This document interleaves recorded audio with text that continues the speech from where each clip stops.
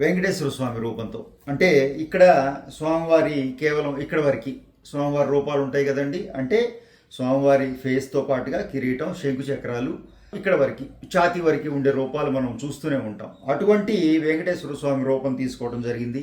ఆ నామాలు, ఆ తిరునామాలు, నామాల్లో కూడా ఆ మైనర్ వర్క్లో కూడా తిరునామాల్లో మీనా చేయటం జరిగిందండి.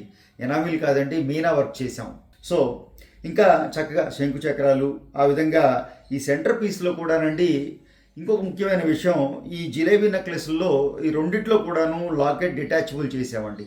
అంటే కంప్లీట్గా ఈ లాకెట్ మీరు ఎటువంటి బీట్స్లో అయినా చైన్స్లో అయినా వాడుకునే విధంగా మల్టీపర్పస్లో ఈ లాకెట్ డిటాచబుల్ చేసాం, సపరేట్ చేసేసుకోవచ్చు అనమాట.